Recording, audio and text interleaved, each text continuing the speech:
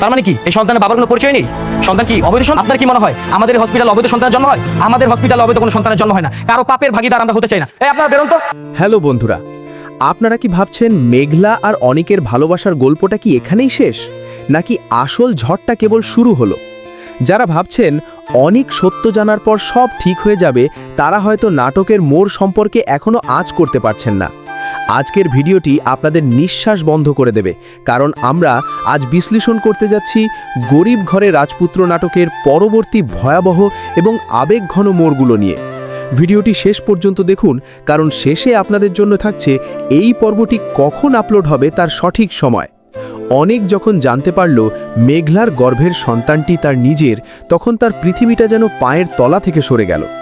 এতদিনের অবজ্ঞা, অপমান আর মেঘলার উপর করা অন্যায়ের ভার অনেককে ভেতর থেকে কুড়ে কুড়ে খাচ্ছে। কিন্তু যখন সে সব ভুল শুধরে মেঘলার কাছে ছুটে গেল, তখন দেখল মেঘলা হসপিটালের বেডে মৃত্যুর সাথে পাঞ্জা লড়ছে। এক মর্মান্তিক দৃশ্য। মেঘলা, যে মেয়েটি একসময় অনিকের চোখের মণি ছিল, সে আজ অনিককে সহ্য করতে পারছে না।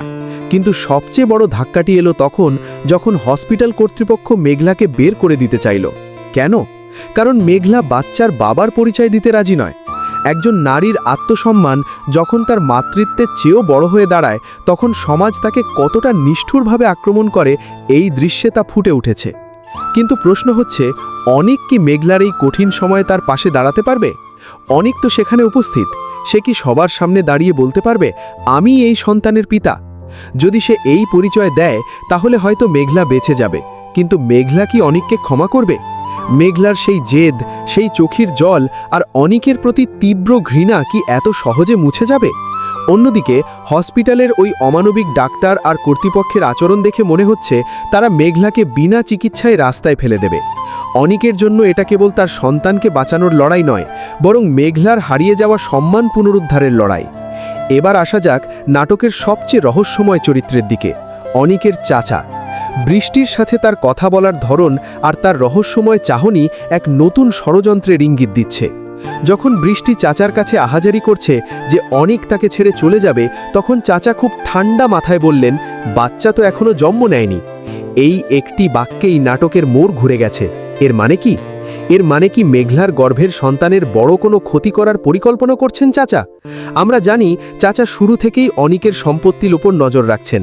মেঘলার বাচ্চা মানেই হচ্ছে সম্পত্তির নতুন উত্তরাধিকারী, আর তাই এই উত্তরাধিকারীকে পৃথিবীর আলো দেখার আগেই সরিয়ে দেওয়ার কোনো নীল নকশা কি তৈরি হচ্ছে? বৃষ্টির প্রতিহিংসা আর চাচার লোভ কি এক হয়ে মেঘলার বাচ্চার জীবন কেড়ে নেবে? রাতুলকে আমরা দেখলাম অনিকের হাতে চরম শাস্তি পেতে। উল্টো করে ঝুলিয়ে অনিক যেভাবে শাসিয়েছে, তাতে আমাদের মনে হয়েছে সব পাপের বিচার হয়ে গেছে। কিন্তু রাতুল তো সাধারণ কোনো শত্রু নয়। তার মতো ধূর্ত আর শয়তান মানুষ কি এত সহজে দমে যাবে? রাতুল যখন মুক্ত হবে, তখন সে আরও ভয়ঙ্কর হয়ে ফিরে আসবে। হয়তো মেঘলার হসপিটালের এই বিপদে রাতুলই হবে নেপথ্যের কারিগর। সে হয়তো মেঘলার পরিবারকে আরও বড় কোনো বিপদে ফেলার চেষ্টা করবে। রাতুলের প্রতিশোধের আগুন এবার অনিকের ব্যবসাতেও আঘাত হানতে পারে।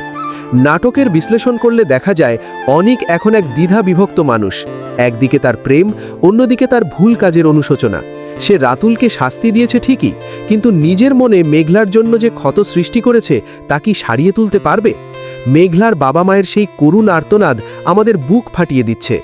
যে বাবা মা ভাবতেন অনিক তাদের মেয়ের ভাগ্য বদলে দেবে, তারা আজ হসপিটালের বারান্দায় দিশাহারা। মেঘলা কি শেষ পর্যন্ত তার সন্তানের বাবার পরিচয় ছাড়াই একাকী এই যুদ্ধের মোকাবিলা করবে, নাকি অনিক এসে সব বাধা ছিন্ন ভিন্ন করে মেঘলাকে বুকে টেনে নেবে? আগামী পর্বে আমরা দেখতে পাব এক রুদ্ধশ্বাস পরিস্থিতি, হসপিটালের ওই গুমোট পরিবেশ, মেঘলার তীব্র প্রসব বেদনা আর বাইরে অনিকের চাচার ষড়যন্ত্রের জাল। মেঘলার বাচ্চার কি সত্যিই কোনো ক্ষতি হবে?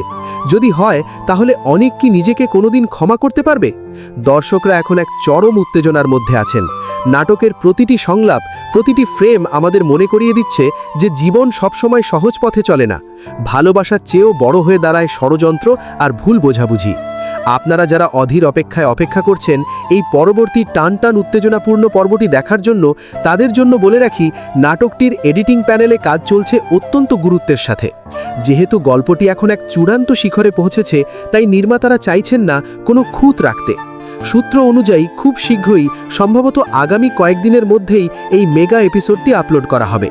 সাধারণত এই নাটকগুলো সপ্তাহের মাঝের দিকে বা শেষের দিকে রাত 8টার পর আপলোড করা হয়, তাই চোখ রাখুন প্র্যাঙ্ক কিং এন্টারটেনমেন্টের পর্দায়।